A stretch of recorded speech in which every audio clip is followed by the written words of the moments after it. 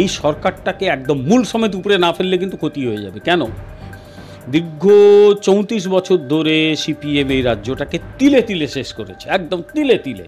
আজকে যা যা দেখছি এগুলো প্রত্যেকটা সিপিএমের আঙুল তুলতে, এখন যে দলে আছো সেই দলে সর্বোচ্চ নেতৃত্বের দিকেই আঙুল তুলতে।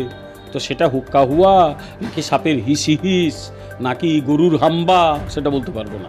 আবার বলছি, এগুলো অত্যন্ত বিলো লেভেলের, বিলো স্ট্যান্ডার্ডের কথা। ডাক্তাররা চাইছেন স্বাস্থ্য সচিব সরে যান, কারণ এই স্বাস্থ্য সচিব কোনো তার আগেও যিনি ছিলেন, শুধু একে দোষ দিয়ে লাভ নেই, তারা প্রত্যেকেই এই মেডিকেল সিস্টেমে এই যে ভয়ঙ্কর দুর্নীতি কেউই দূর তো করেনি, বরং আমার ধারণা ইন্ডালজেন্স। আগামী দিনে বিজেপি ক্ষমতায় আসবে, ক্ষমতায় এলে ভয়ঙ্কর একটা সমস্যার মুখোমুখি প্রথম হতে হবে, যে এরা যে মানে ধাপার মাঠ বানিয়ে যাচ্ছে, সে মাঠগুলো পরিষ্কার কী করা হবে, এটাই তো আমাদের সামনে বড় সমস্যা। পলিটিক্যাল দলগুলির বা রাজনৈতিক দলগুলির আন্দোলন হচ্ছে সিস্টেম বদলের, মানে নীতি বদলের একেবারে। সব সময় যে নীতি বদলের আন্দোলন হয় তা নয়, সিস্টেম বদলের আন্দোলন হয় তা নয়। যেরকম এখন ডাক্তারদের আন্দোলনকে সামনে রেখে গোলা জলে মাছ ধরছে কি সিপিএম এবং নকশালরা। তারা সিস্টেম বদলের জন্য আন্দোলন করছে না, বরং তারা আন্দোলনটা করছে এই সিস্টেমটাকে টিকিয়ে রাখার জন্যে। পশ্চিমবঙ্গের এই তৃণমূল সরকার যাতে কোনো বিপদে না পড়ে তার জন্যই তো তৃণমূল এই আন্দোলনগুলো চালিয়ে যাচ্ছে। তাদের লক্ষ্য তৃণমূলকে যে কোনো বিপদের হাত থেকে বাঁচানো। কিন্তু বিজেপি চাইছে এই সিস্টেমটাকে চেঞ্জ করতে, এই তৃণমূল সিস্টেমকে চেঞ্জ করে ভারতীয় জনতা পার্টির সিস্টেম প্রতিষ্ঠা করতে। তাই সবাই সিস্টেম বদলে আন্দোলন করে না, আন্দোলনে প্রত্যেকে বোঝে তার কোনটা সুবিধে, সেই অনুযায়ী সে আন্দোলন করে। এখন পশ্চিমবাংলায় সিপিএম, কংগ্রেস তারা একদম তৃণমূলকে সরাতে চায় না, ফলে তারা এই আন্দোলনকে সামনে রেখে নিজেদের আখের গোছাতে চায়। সিস্টেম বদল আন্দোলন ওরা করে না। এই মুহূর্তে একমাত্র ভারতীয় জনতা পার্টি পশ্চিমবাংলায় সিস্টেম বদলের আন্দোলনটা করছে। নাগরিক সমাজের কথা বললেন, নাগরিক সমাজের আন্দোলনকে হুক্কা হুয়ার সমাবেশ বলছেন কুণাল ঘোষ। এখন অশিক্ষিত মন্তব্যের উত্তর দেওয়া যায় না, এগুলোর মানুষের রুচির ওপর নির্ভর করে। কারোর যদি রুচি বিকৃতি ঘটে, আমি কি বলবো, আমার রুচি নেই এই ধরনের কথাবার্তা আমি বলতে পারি না। এখন কেউ যদি বলে যে যখন একমুখ দাড়ি গোঁফ নিয়ে যখন এই সরকারই তোমাকে জেলে পাঠিয়েছিল, বাস থেকে নামতে বা পুলিশ যখন ঘিরে রাখতো, তারপর নামতে উঠতে পুলিশ কথা বলতে দিত না, বাসের গাতে থাপ্পড় মেরে আওয়াজ তুলে তোমার গলা আটকে দিত, তখন তুমি কি বলতে? তুমি আঙুল তুলতে এখন যে দলে আছো সেই দলে সর্বোচ্চ নেতৃত্বের দিকেই আঙুল তুলতে। তো সেটা হুক্কা হুয়া নাকি সাপের হিস হিস নাকি গরুর হাম্বা সেটা বলতে পারবো না। আবার বলছি, এগুলো অত্যন্ত বিলো লেভেলের, বিলো স্ট্যান্ডার্ডের কথাবার্তা। ডাক্তারদের সম্পর্কে আমি ডাক্তারদের অসম্ভব শ্রদ্ধা করি, কারণ সমাজের সবচেয়ে ভালো ছেলেমেয়েরাই তো ডাক্তার হয়। তাদের সম্পর্কে খারাপ কথা বললে নিজেকেই ছোট করা হয়। এখন কেউ যদি নিজেকে ছোট করে, আমি তো আর করতে পারি না, আমি কেন ছোট করবো নিজেকে? জুনিয়র ডাক্তাররা সেদিক থেকে নাম না করে কুণাল ঘোষের উদ্দেশ্যে বলেছেন, একসময় তো একজন আর ছিল যে প্রিজম ভ্যান বাজিয়ে সেদিন বলেছিল উই ওয়ান্ট জাস্টিসের কথা, আর আমরা জাস্টিস চাইলেই দোষ। হ্যাঁ, ঠিকই তো বলেছে। বলকে আমি তো বললাম একটু আগে, এই কথাটাই বললাম। এবং সবচেয়ে বড় কথা, এই যার কথা নাম করছো, আমি যদ্দূর জানি সেই ভদ্রলোকের বাবাও কিন্তু ডাক্তার ছিল, মাও নাকি ডাক্তার ছিলেন, বাবা মা দুজনেই ডাক্তার ছিলেন। সুতরাং সে তো এমন নয় যে একেবারে কিছু জানে না। তারপরেও ডাক্তারদের সম্পর্কে এই ধরনের কথা বললে তার নিজের বাবা মার কথা তো মনে পড়া উচিত ছিল, যে আমার বাবা মাও ডাক্তার ছিলেন এবং শুনেছি যথেষ্ট ভালো ডাক্তার ছিলেন, নামকরা ডাক্তার ছিলেন ওর বাবা। তো আমি এক সময়ে মানিকতলার কাছে একটা ইউনিভার্সিটি হস্টেলে থাকতাম, সেই সময় ভদ্রলোকের নামও শুনেছি, উনি ডাক্তার ছিলেন, নামও ছিল। এখন ডাক্তারদের সম্পর্কে এই ধরনের কথা বলতে গেলে এগুলো তো মনে করা উচিত ছিল। এখন কেউ যদি মনে না করে, আমি কি করতে পারি? আমি তো আর ওর গার্জেন নই, আর ওর গার্জেন হওয়ার কোনো ইচ্ছেও আমার নেই। ডাক্তারদের অনশন মঞ্চে মুখ্য সচিবের দ্বারা দেখা গেল যে মুখ্যমন্ত্রীর সঙ্গে ফোনে কথা বলানো হলো জুনিয়র ডাক্তারদের। সেদিক থেকে মমতা বন্দ্যোপাধ্যায় একেবারে বলে দিলেন স্বাস্থ্য সচিবকে সরানো সম্ভব নয়। এটা between the doctors and the government, এটা আমার কিছু বলার নেই। কারণ ডাক্তাররা চাইছেন স্বাস্থ্য সচিব সরে যান, কারণ এই স্বাস্থ্য সচিব কোনো তার আগেও যিনি ছিলেন, শুধু একে দোষ দিয়ে লাভ নেই, তারা প্রত্যেকেই এই মেডিকেল সিস্টেমে এই যে ভয়ঙ্কর দুর্নীতি কেউই দূর তো করেনি, বরং আমার ধারণা ইন্ডালজেন্স দিয়েছেন। তা নইলে দুর্নীতি এরকম বাড়ে? তাদের তো দায় নিতে হবে, তাকে দায় নিতে হবে, মন্ত্রীকে দায় নিতে হবে, এ রাজ্যের স্বাস্থ্যমন্ত্রী অর্থাৎ মুখ্যমন্ত্রী নিজে। তাদের অগোচরে ঘটে গেছে যদি বলেন, তাহলে ওনারা ওখানে আছেন কি করতে, এটা তো প্রশ্ন। ফলে তারা যদি দাবি করে থাকে যে স্বাস্থ্য সচিবকে সরাতে হবে, ভুল দাবি কিচ্ছু করেনি। আর আমরা তো ভারতীয় জনতা পার্টির পক্ষ থেকে আরেকটু এগিয়ে দাবি করছি, মুখ্যমন্ত্রীকে সরে যেতে হবে, কারণ সব কিছুর শীর্ষে তো তিনি।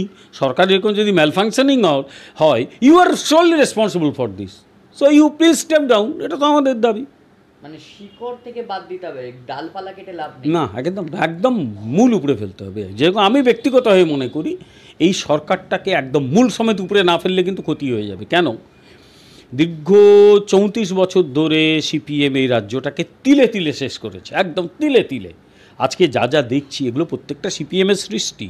পুলিশে ইউনিয়ন ওরা ঢুকিয়েছে, ওরাই মেডিকেল কলেজগুলোতে বিভিন্ন ক্ষেত্রে, মানে এমন কি মানে তখন জয়েন্ট এন্ট্রান্স মানে রাজ্য সরকারের হাতে। আমি তোমাকে খুনি চাইলে বই দেখিয়ে দেবো, লেখকের নাম সুখরঞ্জন সেনগুপ্ত, তার একটা বইতে তিনি পরিষ্কার সেখানে দুর্নীতির দিকে ইঙ্গিত করেছিলেন। সিপিএমের আমলে স্বাস্থ্য সচিব তিনি সেই দুর্নীতি ধরেছিলেন, পরে ওনাকে সরিয়ে দেওয়া হয়েছিল। ফলে দুর্নীতি হয়নি তা নয়, সিপিএম শুরু করে গেছে মেডিকেল কলেজে। তাদের আমলে ডাক্তার মারা যায়নি, তাদের আমলে ওখানে ব্লু ফিল্ম তৈরির অভিযোগ আসেনি, আছে।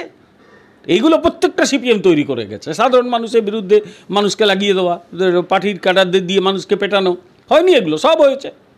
কিন্তু আমরা তো অনেক আশা করে এই সরকারটাকে এনেছিলাম, বাংলা মানুষের মতো আমরা প্রত্যেকে, যে সেই দুর্নীতিগুলো ঘটবে না। কিন্তু দেখা গেল কি, যে লোকগুলো সিপিএমের হয়ে দুর্নীতি করতো, ওদের মিডল বা লোয়ার র্যাঙ্কের লোকগুলো সবকটা তৃণমূলে ঢুকে পড়লো, ঢুকে পড়ে এখানে আরও বেশি দুর্নীতি শুরু করলো। কারণ সেখানে তবু দল সিপিএম করতো কি, কার্পেটের তলায় কম্বলের তলায় লুকিয়ে রাখতো, আর এরা খুল্লা সব চলে।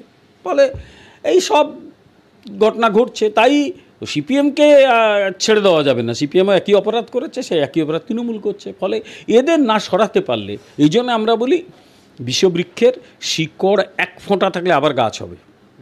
দেখো না, অনেক বাড়িতে যখন দেওয়ালে গাছ ওঠে, ওই অশ্বত্থ গাছ, বট গাছ, উপরে দিলে আবার ওঠে একই জায়গায়, সেগুলোকে মূল সমেত ওপরাতে হবে, ছোট্ট শিকড়ও রাখা যাবে না, রাখলে আবারও গজাবে। বিষবৃক্ষ সেরকম ছোট্ট শিকড় থাকলে আবার গজিয়ে যাবে। ফলে এগুলোকে সব উপরে ফেলে দিতে হবে, গোটা সমাজটাকে একেবারে পরিষ্কার, আমরা যাকে ইংরেজিতে বলি স্যানিটাইজেশন চাই।